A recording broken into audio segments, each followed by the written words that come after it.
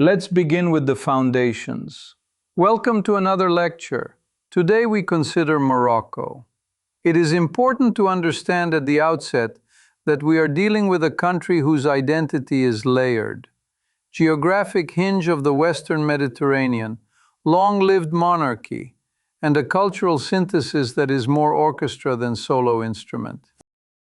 Hi, I am Priyanka. I am excited. Morocco is one of those places people think they know from postcards, but, once we read the research, it gets a lot more interesting. To frame our discussion, in simpler terms, Morocco is a North African country with Atlantic and Mediterranean coastlines. Think coastal plains rising into the Rif and Atlas Mountains, and then descending toward desert margins. In scientific terms, we refer to the Kingdom of Morocco, Al-Mamlaka al-Maghribiya, situated in the Maghreb, with borders touching Algeria to the east, the Spanish-administered enclaves of Ceuta and Melilla to the north, and to the south the disputed territory of Western Sahara. Its maritime frontage faces the Strait of Gibraltar, the Mediterranean, and the Atlantic Ocean. That sets the geographic and political frame for our discussion. Maybe the best place to begin is by asking a simple question. What is the state like? Is it a republic or a monarchy? And what languages do people actually use day to day? Governmentally, it is a unitary parliamentary semi-constitutional monarchy under the Alawi dynasty, which has ruled since 1631. The king retains extensive prerogatives, issues dahirs, and is commander of the faithful, while the 2011 constitution strengthened parliament and government. Linguistically, Arabic and Tamazight are co-official. Moroccan Arabic, Darija, is the lingua franca. Berber varieties such as Tashelhit, Tamazight, and Tarifit are widely used. French is common in administration and business. Spanish is regionally significant in the north and far south, and English is expanding among youth and in technology. The capital is Rabat. The largest city and economic hub is Casablanca. Building on that, why does Morocco matter right now, beyond travel guides and film backdrops? Morocco is a middle power with disproportionate connectivity. It participates actively in the Arab League, the African Union, and the Union for the Mediterranean. It sits astride critical sea lanes at Gibraltar, and in recent years a number of business indices have ranked it at or near the forefront of African industrial economies, propelled by automotive, aerospace, and textiles linked to logistics platforms like Tanger Med. Methodologies vary, but the trajectory is clear. We should also note socioeconomic indicators. The 2023 Human Development Index stands at 0.710, the 2022 Gini coefficient at 40.5, and, per the 2024 census, approximately 36.8 million inhabitants. It is crucial to understand that the popular image of a leisurely tourist destination obscures a persistent story of state continuity, reform, and strategic diplomacy outside the Ottoman imperial arc. So moving on. Could we do a few anchor facts? The sort of things to remember even after we forget the details. Certainly. First, in 1777, Morocco became the first nation to recognize the independence of the United States, inaugurating one of America's oldest continuous treaty relationships. Second, archaeology in Morocco has altered humanity's own timeline. Homo sapiens fossils from Jebel Irhoud, dated to roughly 315,000 years ago, display a mosaic of archaic and modern traits. And new work from Thomas Quarry I near Casablanca pushes hominin presence on the Atlantic littoral back to about 773,000 years ago, integrating Northwest Africa into early Middle Pleistocene narratives. And the more recent political timeline, the colonial moment and what followed. In 1912, the Treaty of Fez established French and Spanish protectorates, while Tangier became an international zone. The Sultan remained a formal sovereign under constraint. In 1956, independence was consolidated and the protectorate formally ended, after which the post-colonial state began institution building, diplomacy, and development. The Alawi monarchy navigated reforms culminating in the 2011 constitution. Yet, as we observe, core royal domains, security, foreign policy, and religion, remain robust.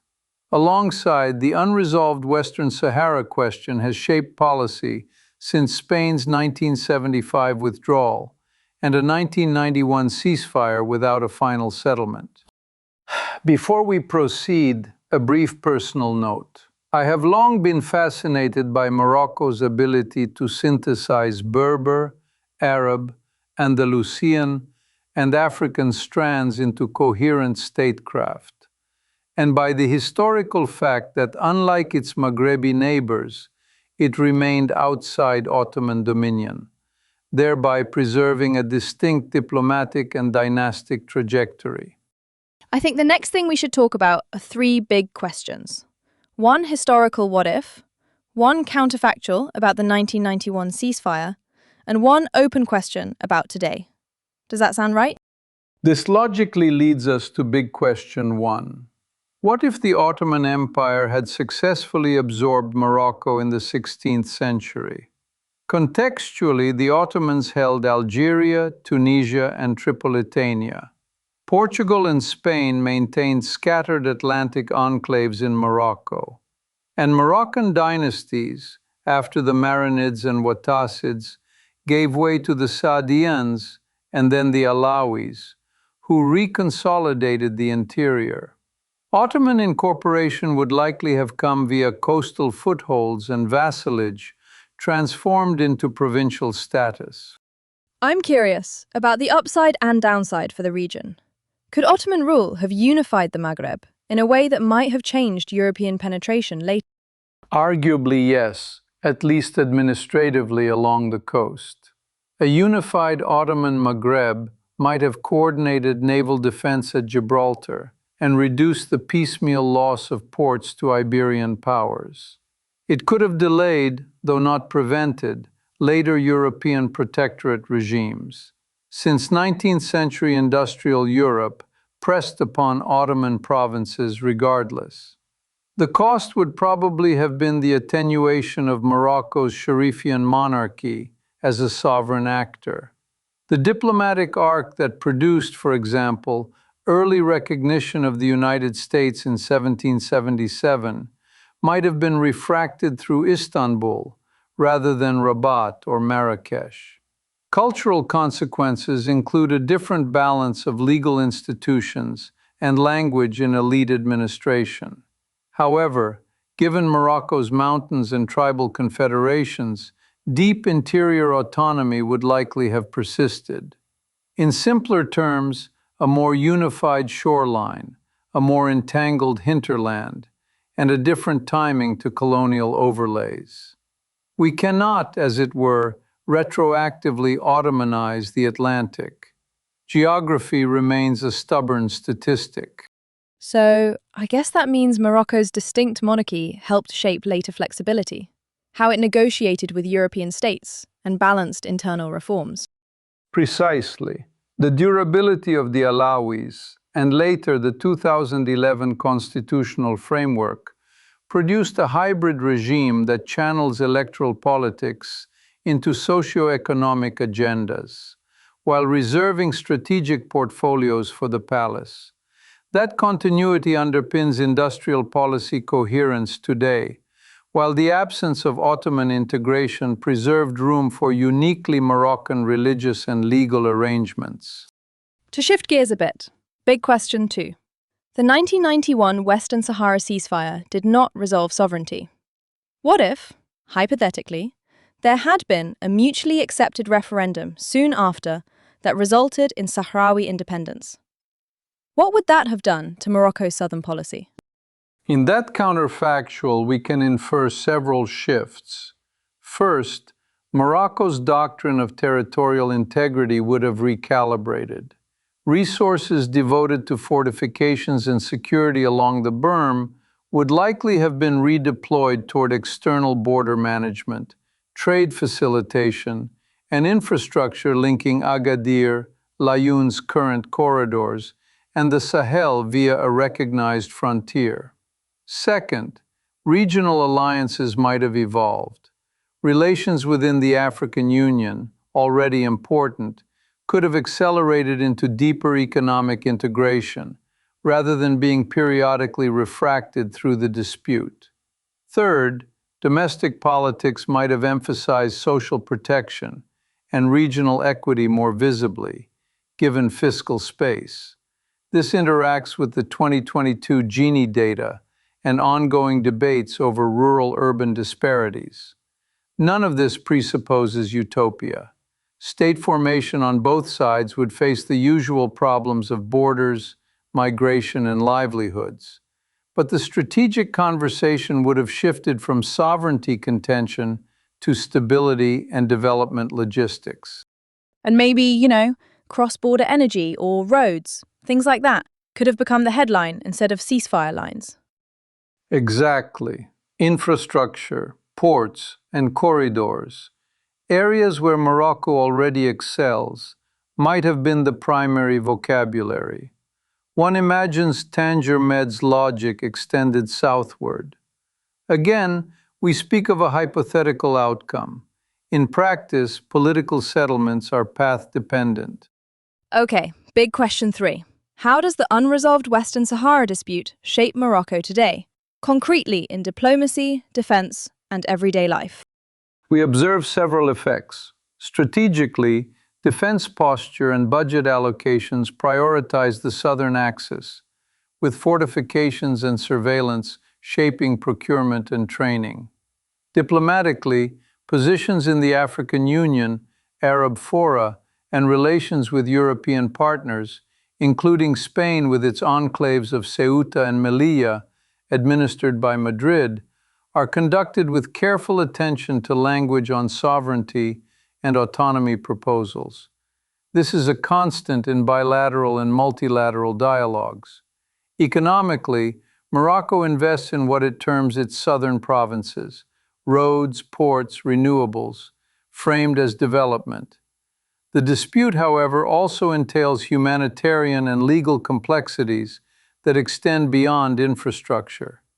Politically, it informs narratives of national unity, and administratively, it affects cartography, statistics, and regional planning. In short, it is not background noise. It is a structuring parameter. What areas need further research here? I'm thinking of questions we, as a community, can actually study without taking sides. It is worth noting several tractable domains. First, socioeconomic impacts on local populations, labor markets, education outcomes, and health access under varying administrative arrangements. Second, infrastructure externalities, how ports, roads, and renewables alter household incomes and firm productivity relative to comparable regions. Third, demographic and linguistic dynamics using the 2024 census and language survey data to map bilingualism and media access. Fourth, environmental and water stress analyses in arid zones under investment. Fifth, cross-border migration and trade patterns with Mauritania, irrespective of final status. These questions are empirical, transparent, and policy relevant. Can we step back for a minute to the deeper past? The big empires Morocco led into Iberia, and maybe one surprising institution to remember. Gladly. Under the Almoravids and then the Almohads in the 12th and 13th centuries, Morocco dominated much of the Maghreb and most of the Iberian Peninsula. These Berber-led empires stabilized Al-Andalus and left architectural and scholarly legacies from Marrakesh to Seville. As for institutions, recall the University of Al-Qarawiyyin in Fes, a major center of learning since the 9th century. It anchored intellectual networks that persisted through Idrisid, Marinid, and Saadian eras.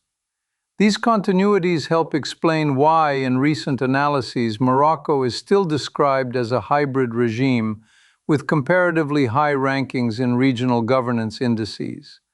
Statecraft evolves, but it does not emerge from a vacuum. And the everyday layer today? Languages in practice. What do the recent figures suggest?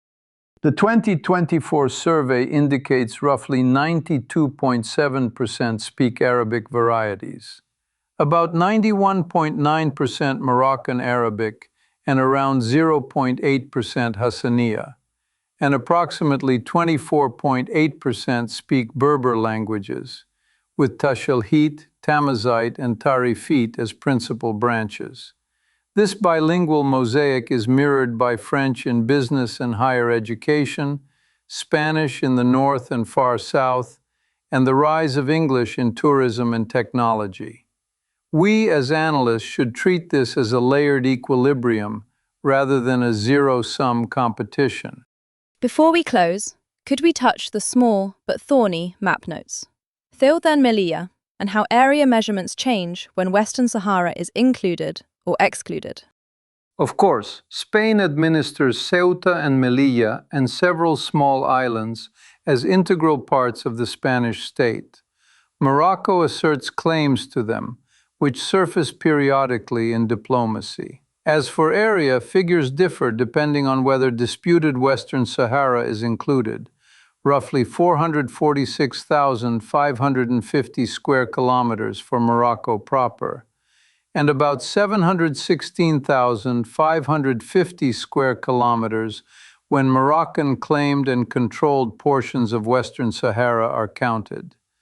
This variance complicates comparative statistics and should be specified in any data set. In conclusion, Morocco is best understood as a historical and geopolitical system, an old monarchy modernizing within a hybrid constitutional frame, a cultural synthesis of Arab, Berber, Andalusian, and African lineages, and a state whose strategic geography at Gibraltar and the Atlantic approaches continues to shape trade, diplomacy, and security. Our three questions: an Ottoman counterfactual, a hypothetical Sahrawi independence after 1991, and the open-ended effects of the current dispute, serve to map paths not taken and constraints that remain. For further study, compare Morocco's trajectory with Ottoman-ruled Algeria, Tunisia, and Libya, to isolate how imperial integration versus sovereign continuity conditioned colonial outcomes and post-independence institutions. That was helpful to think through, actually. Thank you, Professor. And thanks everyone for listening.